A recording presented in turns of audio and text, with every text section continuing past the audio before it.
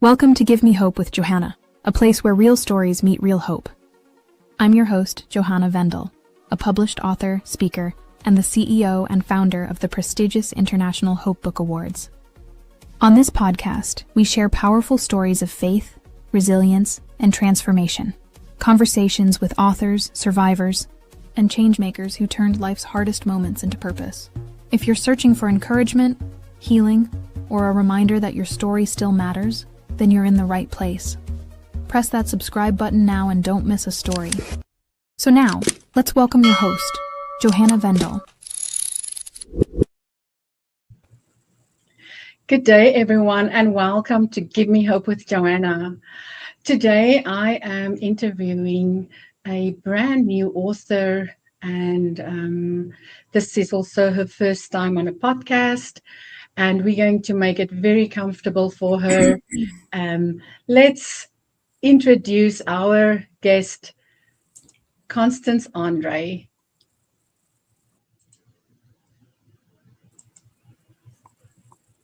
Hello, Andre. Hello, Constance. Hi, Joanna. Thank you for having me. Yes, welcome to Give Me Hope with Johanna. Do you want to maybe start off by just introducing yourself and telling us who is Constance Andre before you have even been an award-winning author? Sure. So I'm Constance Andre, and I am a child of God, wife and mother. I grew up in southern Manitoba in a small community, and I currently reside in northern British Columbia on a beautiful cattle ranch. I'm also a multi-award-winning author, entrepreneur, and speaker and trauma-informed coach. Wow, that is a whole mouthful, hey? Yes. That is very, very interesting to hear that you do all that. Can you maybe tell us what inspired you to write your book? The inspiration came from God. Fall of 2024, I'd seen signs, I was reading books, and God would often speak to me through reading books or even listening to music. And the idea had popped in my head that, maybe I was supposed to write a book and I was supposed to use my pain to help others heal. And I kind of was like, did I lose my mind? Because I'm an accountant, 30 years, been doing accounting, and English was not my forte growing up. So writing a book was a huge step of obedience for me. And I was mulling it over. I had gone to a business conference and I had shared with my sister-in-law at that time that I think this is what God wanted me to do.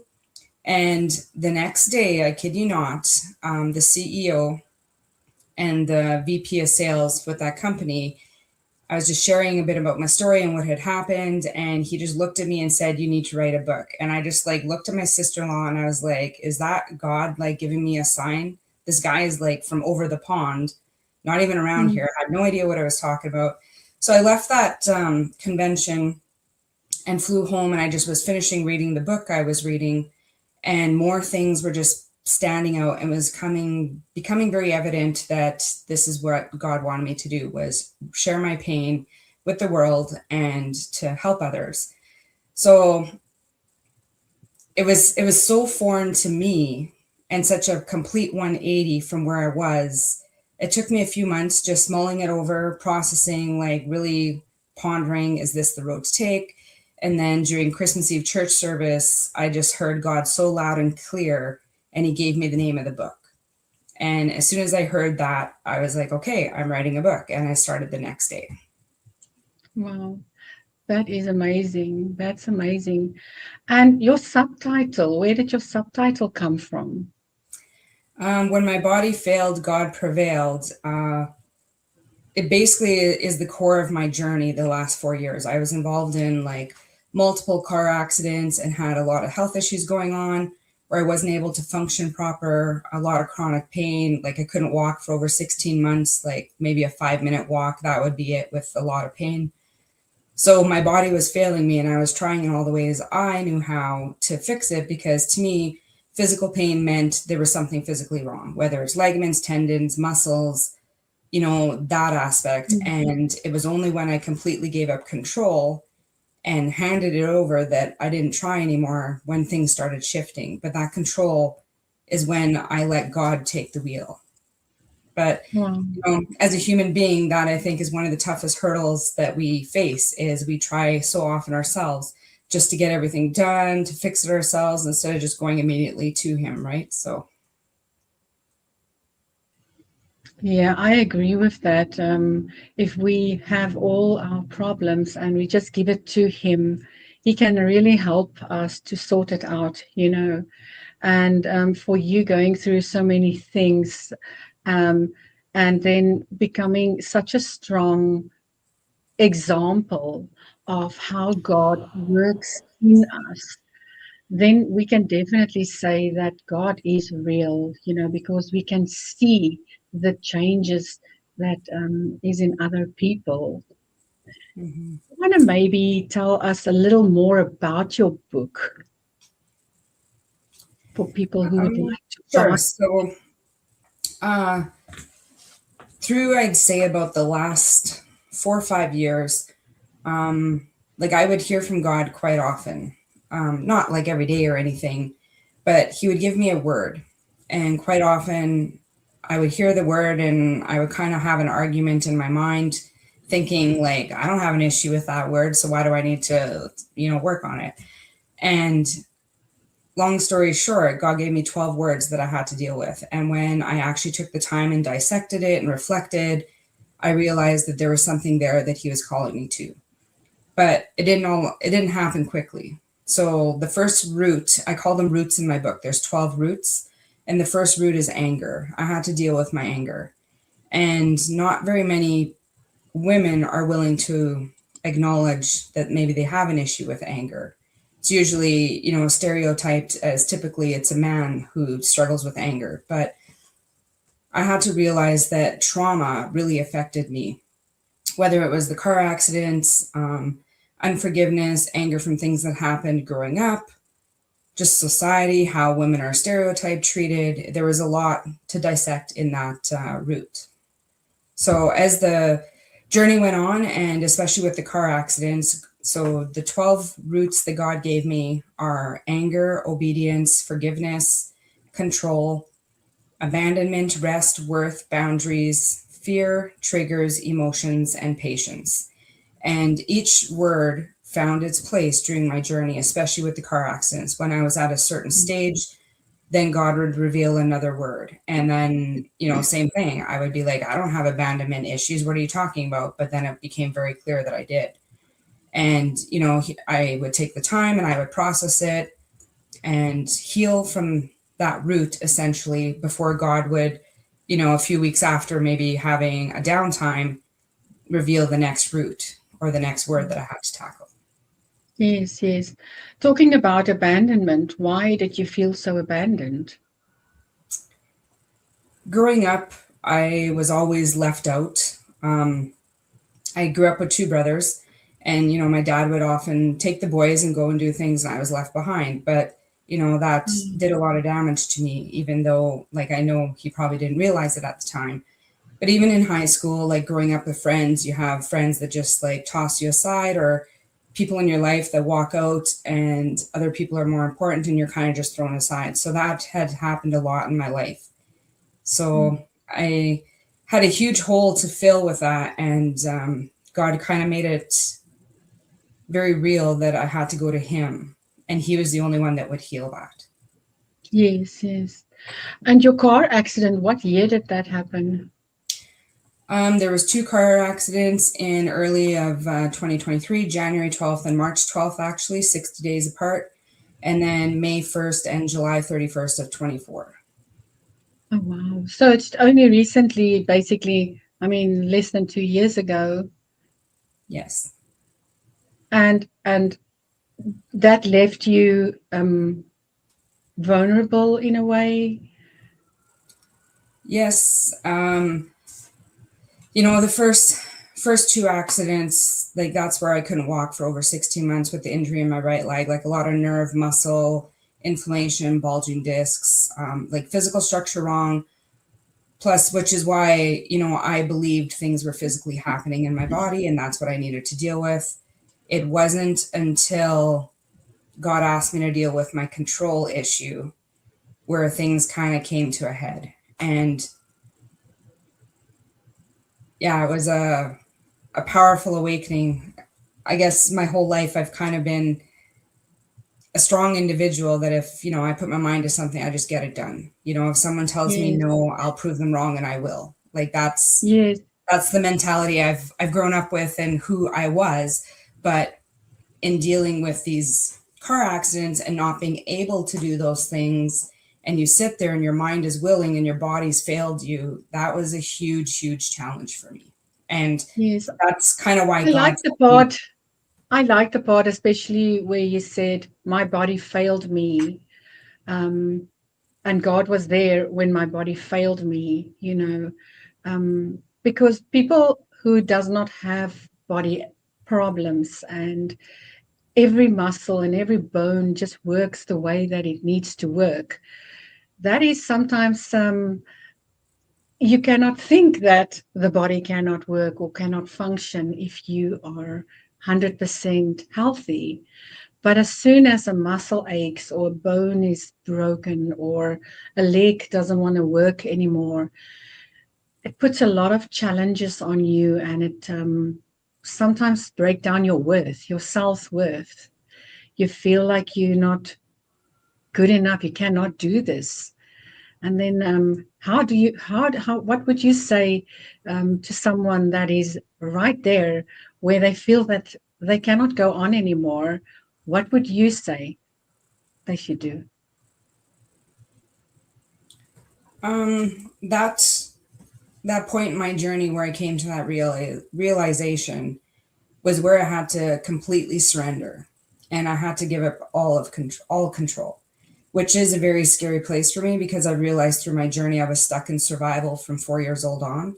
So perfectionism and control were my tactics of helping myself feel safe.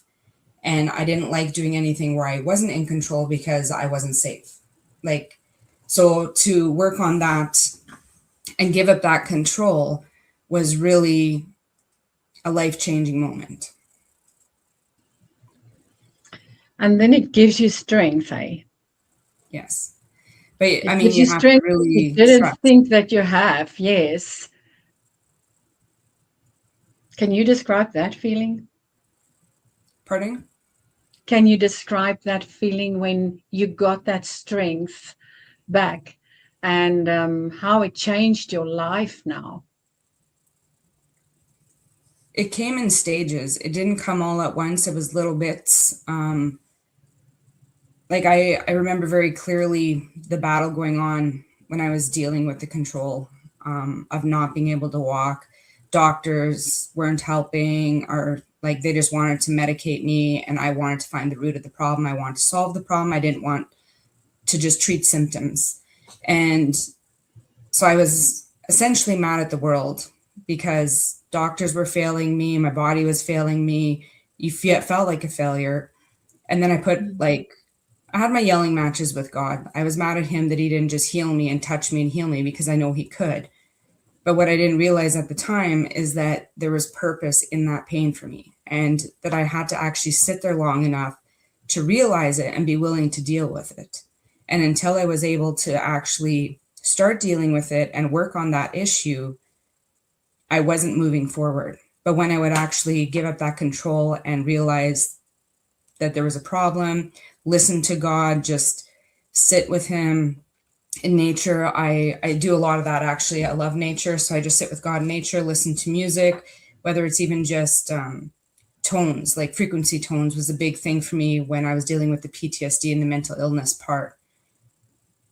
But my faith was always there. It dimmed for a while when I was in the thick of it, I would say. But at that point, you have nothing else to lose. So I just would pray and trust, and just I had to live by mantras, 1 minute at a time, 1 hour at a time, 1 day at a time. I couldn't look at the future. I couldn't look at even 3 days ahead of me because it was too overwhelming. But at the core of everything that went on with me, the stress that the accidents brought is one thing, but the stress that the trauma from my childhood brought was a huge thing that I had to deal with, as well as the stress from work. There was so much stress, and that has been the major player in why my body was failing me. It wasn't actually physical pieces, it was stress, which a Yes. lot of people in our society, I don't believe, know how deeply it can affect the human body. Yes, I agree with you there. When you're talking about stress, I remember when I was so stressed as well, previously coming from a different country where I've lost my entire family. My stress levels was out the roof, and I could not say that I can even maybe live another year as well. But then after we moved to America and I had my stress levels go down, I cannot tell you how much better you feel when those stress levels go down. I say now sometimes I just have about 10% stress, where I was at 99%. And maybe now that the stress has gone down, I can maybe live 20 years longer than I was going to live previously, because when you are down and out like that and you feel like you don't want to live anymore and you cannot go on, and you don't have a purpose in life, then things can definitely just break your system down, because the mind plays such a big role in your health, and I can just say that if you put your mind to it and you say, I am going to do this and I am going to live my life to the fullest and I'm going to touch other people's lives, that is when God starts to give you a purpose. So, when did you receive your purpose, would you say? I'd say it kind of came to light with the idea of writing the book, and especially when he gave me the name of the book. I've had a lot of people kind of come up to me and tell me, like, you need to change the name of your book. And I'm like, that's not up for an option. Like, there's a reason God told me to name it Resurrected Worth. And in dealing with everything that I had to in the book and my roots, it's very powerful. Each root had to be dealt with in a certain sequence in order to actually move forward with the other roots. But like you mentioned, our mindset is one of the hugest parts and pieces to being able to conquer any of these issues. Yes, a mind can very quickly get you to do things that you're not supposed to do, and to get you negative. And a body cannot heal if it is negative. So as soon as you put that positivity back in your mind and say, I want to live. I want to live my life to the fullest, and I'm going to make a difference in someone else's life. You should just do it, because that is a feeling that God gives you. And that is when He starts to show you what your purpose in life is. You with your story, it is still going to touch many people's lives. I believe that you just recently launched your book, and you also won an award for it. Yes, I launched on May 24th, and I've won multiple awards. The first award I won was with the prestigious International Hope Book Awards in 3 categories, and I'm also a finalist of the year, or finalist for Author of the Year in 2 categories. I've also won the Christ-Lit Book Award, the International Christian Book Award, and the Christian Book Excellence Award. Wow, congratulations. And that is not even like 2-3 months after your book has been launched. So that is incredible to already have won that, and for people to have noticed your work. And it is just so important when we write our story down that we shouldn't keep it for ourselves. Hey, I mean, if I look at all the pictures that's on your Facebook page and the day when you had your launch and everyone at your table, how many people showed so much interest in your story. Doesn't that make a person feel good? It does. I've had some feedback already, like from people that have read my book, probably about 10 individuals, and they all have different things to say. But some of them have been very powerful where I've like known immediately, this is why God told me to write this book. But like you mentioned with sharing our story, mine is very raw and it's very vulnerable. And that is a place I didn't like to sit. Like showing vulnerability didn't exist in my life prior to God changing me. Because I was always the pillar of strength. I always just got it done and weakness wasn't an option. So being okay with the vulnerability piece and putting this out there, because God was very specific about what was supposed to be in this book. And things would happen and I didn't know why they would happen. And then I would find out weeks later, it's put that in your fear chapter, put that in the control chapter. There was pieces that would come along as I was traveling the journey that were supposed to be added. But you have to actually listen and step out in obedience to reveal that. And if anyone's actually read my book, you'll know what I mean when you read it. It's like you're sitting with me in it. You're in the trenches with me. And it's very relatable because I don't hold anything back. It's very honest. Yes, that's definitely something that I picked up as well, because personally I read your book. You know that I read your book, and I am like really, really impressed with your literacy and the way you describe things, and the way you described your feelings in this book, and the way you were vulnerable, you know, like you said. Like one small vulnerability that you spoke about in your book. Would you like to mention one of them? I'd say one of the deepest pieces of being vulnerable that I revealed was after the fourth car accident, when the PTSD was in full swing and I felt paralyzed, suicidal. Just going through those emotions, understanding mental illness. Of course, as I mentioned, I was kind of mad at the world at this point. I didn't understand how so many accidents could happen to one person. But I also know that we live in a spiritual realm. And I know that Satan was attacking me because I was doing so much good for God. And what better way for Satan to attack someone than in your mind when you don't want to live anymore, when you have so much pain. Yeah. So, you know, I want to also just say to you that there was a time where I was also very vulnerable, and after losing my entire family, and I don't know if you've listened or read my story before, but personally, I have lost my mom, my dad, my three sisters, and my brother. And just yesterday, I was actually sitting on the couch and I was watching a movie. Um, and I thought, no, let me just put everything down and now just watch this movie, because it's voicemails or something like that. And it's where the girl phone her sister's phone and leave voicemails and just tell her how she misses her and things like that. And I was thinking about my sister. My sister was my little sister.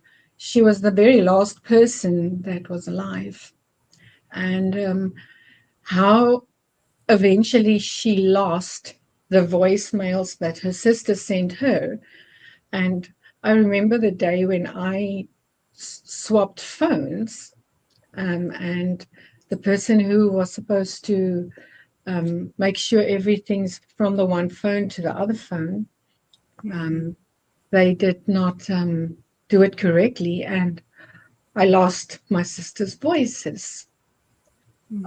notes, which means is I cannot listen to her voice anymore.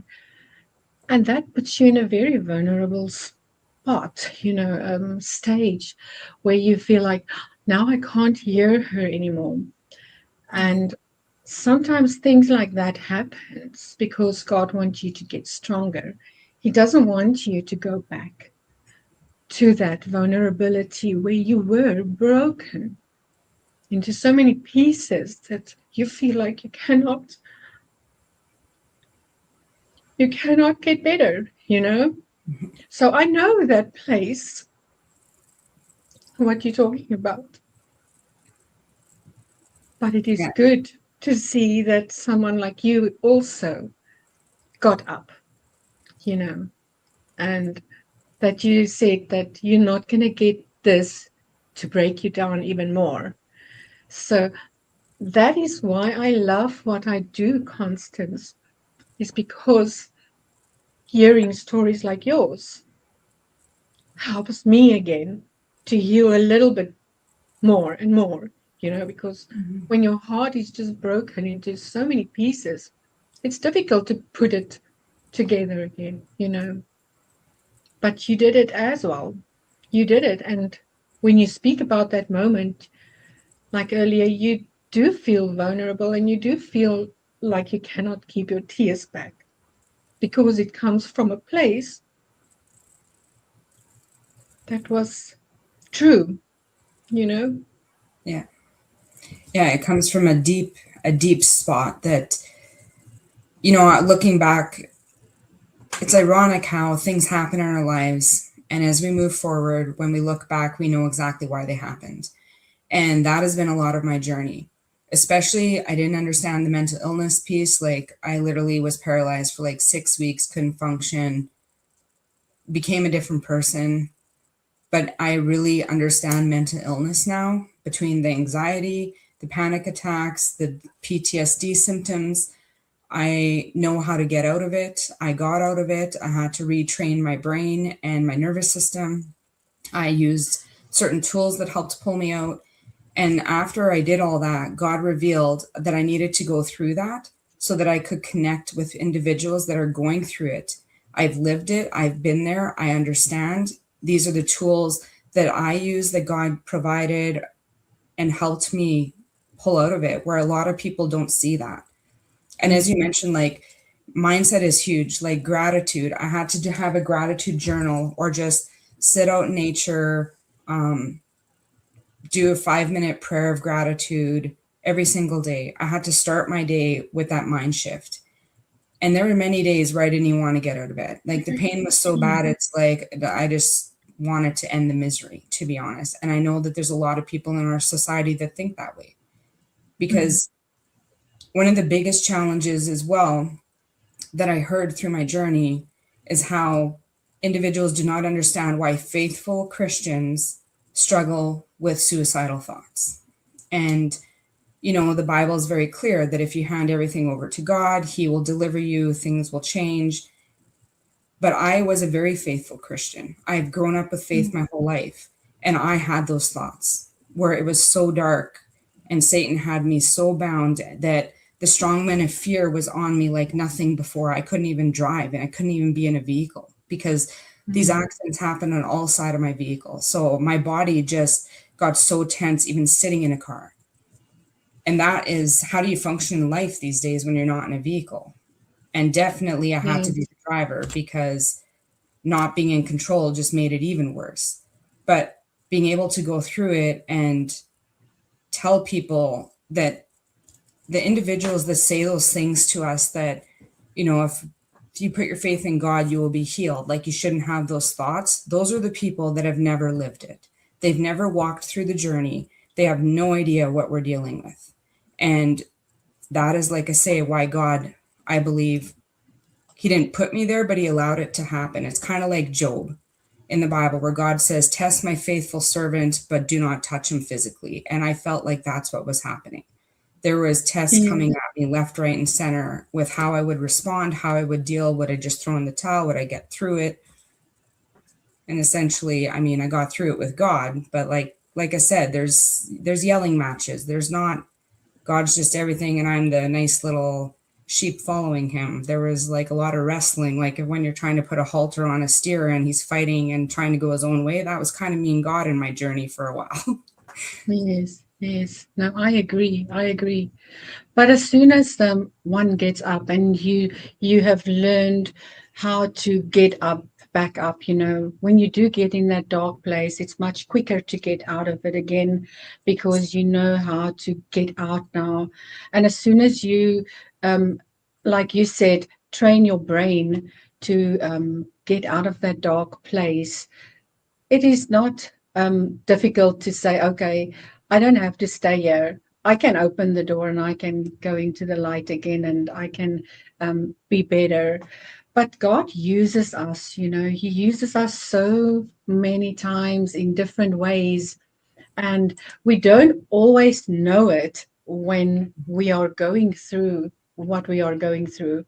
But as soon as we are out of it, and in the position where you are now and I am now, we both know how it feels to now be in control of all our emotions and feelings, that it shouldn't drag us down. Although it can put us in a vulnerable stage, when we talk about it, it doesn't mean that you are there still. It's just because you remember the feeling of how you were when you were there. But now, after writing your book and um, experiencing that you can help other people through your story, that heals people much faster. It just makes them feel like, okay, I thought I couldn't go on, but maybe I should just go on a little bit more because maybe I can touch a few more people's hearts and help a little bit more people to not go into that dark place and maybe take their own lives or do something that they shouldn't do. Constance, and then if people want to buy your book, they can just go on to your website address and get it there, or are there maybe other places where they can get it? Yeah, if they're go to my website, there is a link that takes them to the Amazon direct page, and it's on Amazon worldwide. Good, good. Yeah, that's very nice. Well, if there is anything that you can tell the viewers out there today, um, and encourage them, what would it be? I would say that no matter where you are in life these days, if you're stuck in trauma, physical pain, there's always something that's gone on in the background in our lives. And just know that that doesn't define you. That's our pain does have a purpose, but sometimes we need to actually heal and we need to actually dig out the root. If we don't dig out the root and we only deal with symptoms, we will sit on this merry-go-round the rest of our lives. But when you dig out that root and you surrender to God and allow Him to heal you and fill those places, you will start thriving and your worth will be restored in Christ. Yes, that is beautiful. Thank you so much for sharing that with our viewers. I surely look forward to meeting you in person at the Author of the Year event that will take place in October. And I am looking forward to speaking to everyone and meeting everyone in person. And just, it's going to be a room full of people who knows what it feels to be vulnerable. I have never been in a room where every single person in that room is people like us. Yeah, it'll be powerful. It's going to be incredible. It's going to be very powerful. Well, Constance, thank you so much for coming to share your story. And I wish you all the best and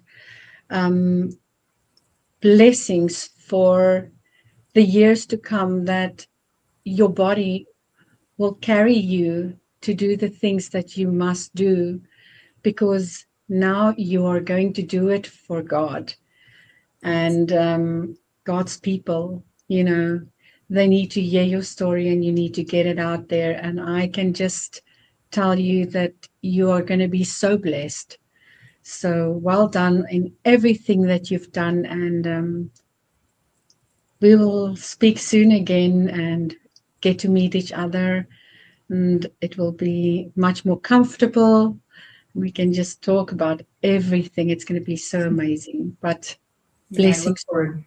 I look forward to seeing you and to going to the event. And thank you very much for hosting. Yes, you're very welcome. Thank you for coming to share your story. You're welcome. Well, that was Constance Andre, author and speaker.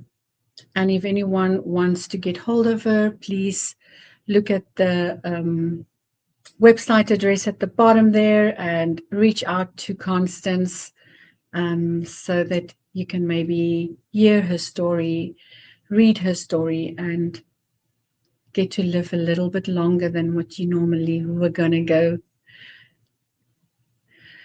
I want to also say that my magazine, Voices of Hope, is also now available on our website at the prestigious International Hope Book Awards.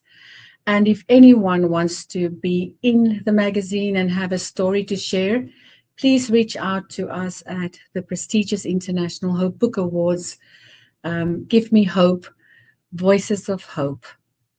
And then we have our collection, the prestigious International Hope Book Award collection clothing line, and we have the Give Me Hope with Johanna clothing line that is available.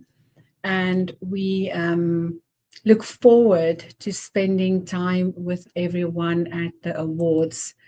The July submissions are open now.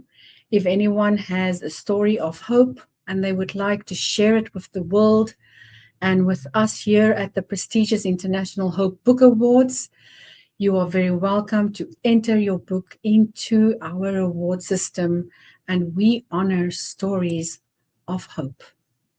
Well, you are watching Give Me Hope with Johanna. And if you have a story, please feel free to reach out. Scan the barcode, subscribe to our channel, like and share this page. We will be back next week with another incredible story. I am Johanna Vendel, and this is Give Me Hope with Johanna. See you next week. Goodbye.